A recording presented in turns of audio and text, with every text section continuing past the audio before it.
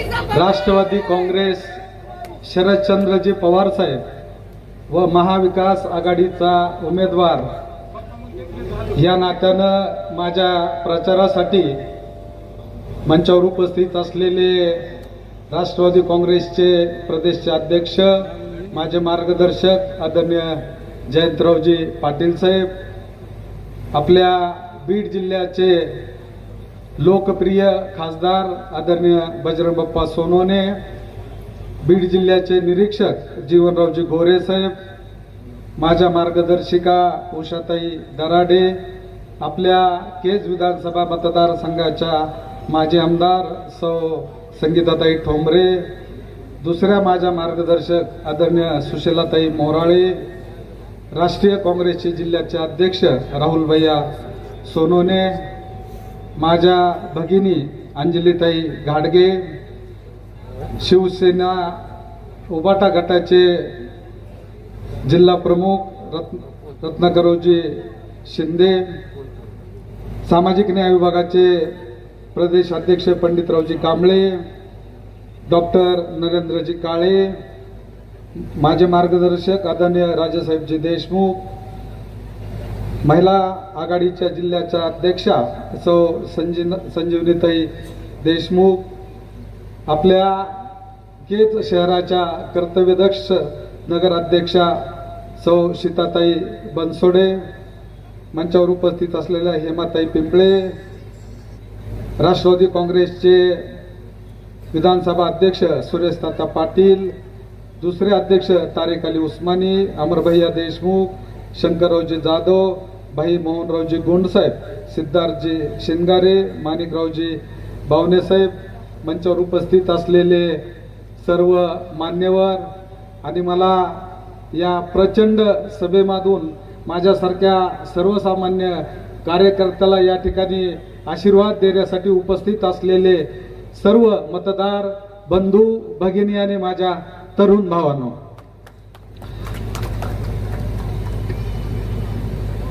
केज विधानसभा मतदारसंघाच्या निवडणुकीच्या प्रचारात आदरणीय जयंतरावजी पाटील साहेब या ठिकाणी मला शुभ आशीर्वाद देण्यासाठी या ठिकाणी आलेले आहेत. या मतदारसंघातील सर्व जनतेला मी परिचित आहे. माझं सर्व त्यांना माझ्या कामाच्या बद्दल अनुभव आहे, माझ्या वागण्याच्या बद्दल त्यांना सर्वांना त्या ठिकाणी अनुभव आहे. ज्यावेळेस संवादी यात्रेच्या वेळेस आदरणीय जयंत पाटील साहेब या ठिकाणी आले होते आणि आपल्या सर्वांच्या साक्षीनं त्यांनी सांगितलं होतं की ज्यांना या ठिकाणी 2019च्या निवडणुकीमध्ये राष्ट्रवादी काँग्रेसची उमेदवारी दिली आणि त्यांनी पक्षाचा विश्वासघात करून दुसऱ्या पक्षामध्ये त्यांनी उमेदवारी मिळवली आणि पृथ्वीराज साठे सारखा एक सामान्य कार्यकर्ता त्यावेळेस पक्षासोबत राहिला, निष्ठावान म्हणून त्या ठिकाणी राहिला आणि त्यांनी ज्यावेळेस माझा असा उल्लेख केला त्यावेळेस मला या ठिकाणी अक्षरशः भरून आलं की एक सर्वसामान्य कार्यकर्त्याचा सन्मान आदरणीय जयंत पाटील साहेबांनी एवढा भरभरून केला, एक जीवनामधलं सार्थक झाल्यासारखं त्या ठिकाणी वाटलं.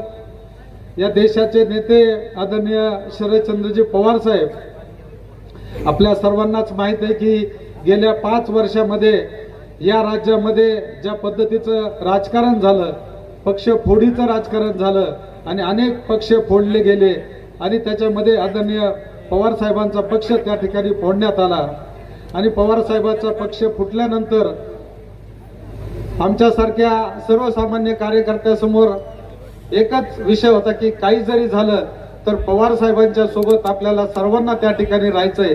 भलेही राजकारणामध्ये काही मिळेल किंवा नाही मिळेल याची कुठलीही तमा न बाळगता आदरणीय पवार साहेबांच्या सोबत निष्ठेने त्या ठिकाणी राहायचंय हा निर्णय आम्ही त्या ठिकाणी घेतला आणि सर्व छोट्या छोट्या कार्यकर्त्यांनी आम्ही एकत्रित येऊन या ठिकाणी या मतदारसंघामध्ये पवार साहेबांच्या पक्षाचं जाळं या ठिकाणी निर्माण केलं आणि हे निर्माण करत असताना या मतदारसंघाचे जे काही मूलभूत प्रश्न आहेत त्या प्रश्नाला घेऊन या ठिकाणी सातत्यानं सर्वसामान्य माणूस, शेतकरी माणूस, उपेक्षित माणूस याच्यासाठीचा लढा सातत्यानं त्या ठिकाणी दिला। मग पीक विम्याचे प्रश्न असतील, अनुदानाचे प्रश्न असतील, या सर्व प्रश्न घेऊन आम्ही सातत्यानं रस्त्यावर येऊन आंदोलन केली आणि सर्वसामान्य माणसाला या ठिकाणी दिलासा देण्याचं काम या ठिकाणी केलं। या मतदारसंघामध्ये पाहिलं ते गेल्या अनेक वर्षापासून ज्यांच्या कुटुंबामध्ये या ठिकाणी सत्ता आहे आणि हे सत्ता असताना या मतदारसंघातले जे प्रश्न आहेत ते प्रश्न या ठिकाणी खऱ्या अर्थानं पाठीमागे राहून गेलेले आहेत।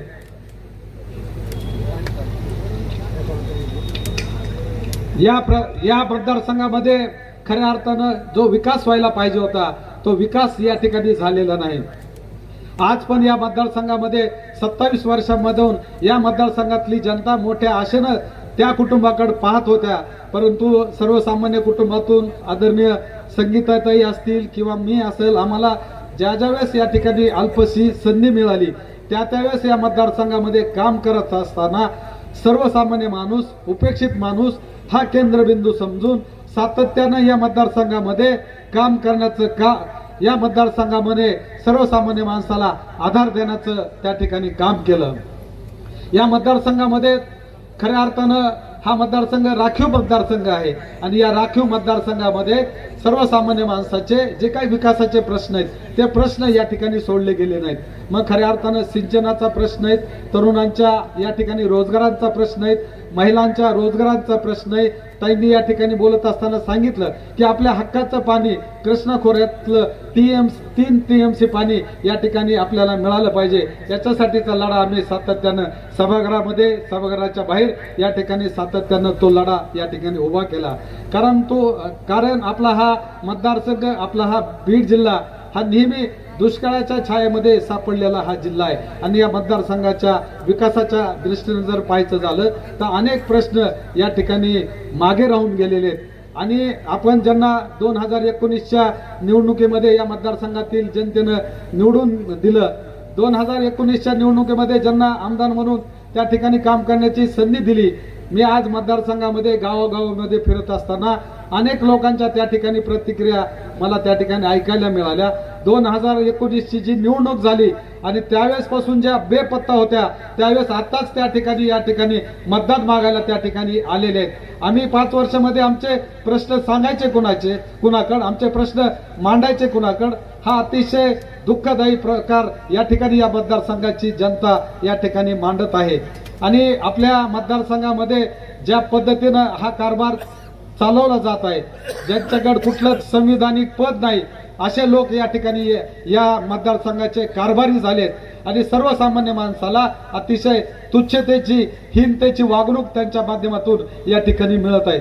छोट्या छोट्या गोष्टीसाठी लोकांना त्या ठिकाणी संघर्ष करावा लागतो। एखाद्या गावातला जर डीपी जळाला तर तो डीपी मिळवून देण्यासाठीच पण लोकांना त्रास देण्याचं काम, रुग्णसेवेसाठी पण त्रास देण्याचं काम या ठिकाणी जे शेठ जे ते या ठिकाणी करत आहेत। या मतदारसंघातली जनता त्यांच्या मनामध्ये हे सर्व सल आहे, हे येणाऱ्या 20 तारखेला ते मतदानाच्या माध्यमातून दाखवणारच आहेत, परंतु या मतदारसंघामध्ये ज्या पद्धतीनं ते कारभार करत आहेत, या मतदारसंघातील जनतेची आयबाट काढणं, त्यांच्यावर जे नाही त्या पद्धतीची त्यांच्यावर अपमानित करून पाठवणं, अशा पद्धतीचं काम या मतदारसंघामध्ये शेठजी करत आहेत।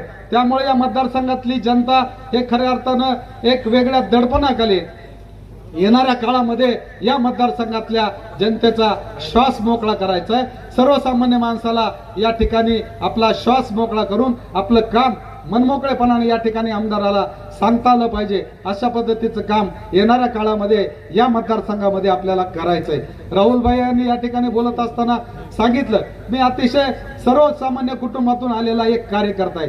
2-2.5 वर्षामध्ये काम करत असताना कधी जात, धर्म, पक्ष, पंथ न पाहता या मतदारसंघामध्ये प्रामाणिकपणे सेवा करण्याचं मी काम केलेलं आहे। माझा भविष्यामध्ये मी तुम्हाला जाहीरपणानं सांगतो, कधी माझा 1 एकर 2 एकर मध्ये बंगला असणार नाही. अतिशय साध्या पद्धतीनं जीवन जगून सर्वसामान्य माणसासाठी माझं जीवन समर्पित करण्याचं स्वप्न माझं या मतदारसंघाच्या प्रती आहे.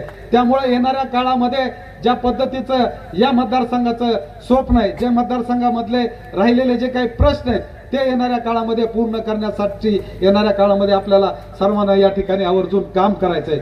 मी या मतदारसंघामध्ये निवडणूक लढवत असताना आपल्या सर्वांचं आदरस्थान संघर्ष योद्धा आदरणीय मनोजदादा जनांगे पाटील यांचं पण मनापासून या ठिकाणी खूप खूप त्यांचा आभार मानतो, त्यांना धन्यवाद देतो की माझ्यासारख्या एका सर्वसामान्य कार्यकर्त्यांना या ठिकाणी त्यांनी कुठलाही उमेदवार उभा न करता माझ्यासारख्या सर्वसामान्य गोरगरीब कुटुंबातून आलेल्या एका कार्यकर्त्याला या ठिकाणी सन्मानपूर्वक आशीर्वाद देण्याचं त्यांच्या माध्यमातून या ठिकाणी मला आशीर्वाद दिला, हे माझं या ठिकाणी खऱ्या अर्थानं भाग्य समजतो. मतदारसंघामध्ये येणाऱ्या काळामध्ये आपल्याला काम करत असताना या मतदारसंघातल्या सर्वसामान्य माणसाला सोबत घेऊन 18 पगड जातीतल्या लोकांना या ठिकाणी सोबत घेऊन आपल्याला या ठिकाणी काम करायचं आहे.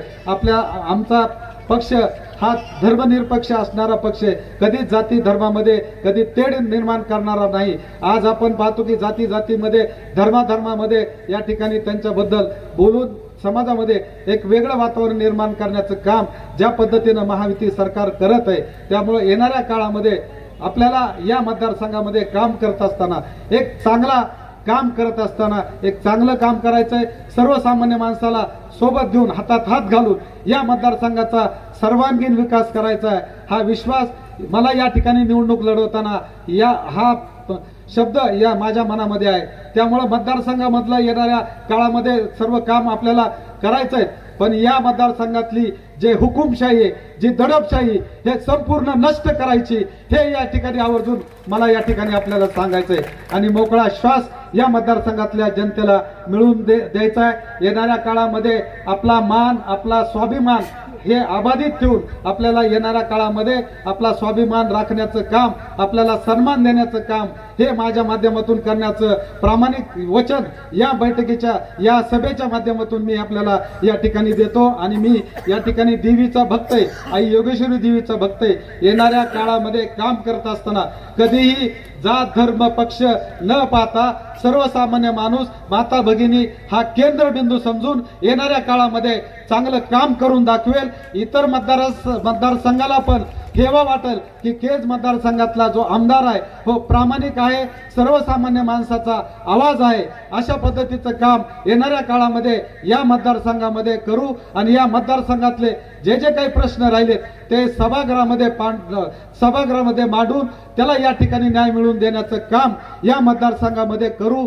एवढाच विश्वास या प्रसंगी देतो. आणि मी आपल्याला या ठिकाणी मतदान रूपी आशीर्वाद मागत असताना एक सर्वसामान्य माणूस म्हणून, एक सर्वसामान्याचा प्रतिनिधी म्हणून येणाऱ्या काळामध्ये प्रामाणिकपणे या मतदारसंघाची सेवा करेल असा विश्वास या प्रसंगी देतो. आणि येणाऱ्या 20 तारखेला माझं मशीनवर 3 नंबरला चिन्ह आहे, तुतारी फुंकणारा माणूस, याच्या समोरचं बटन दाबून मला या मतदारसंघाची सेवा करण्याची आपण संधी द्या, एवढी नम्र आणि कळकळीची विनंती करतो. थांबतो. जय हिंद, जय महाराष्ट्र, जय राष्ट्रवादी. धन्यवाद साहेब.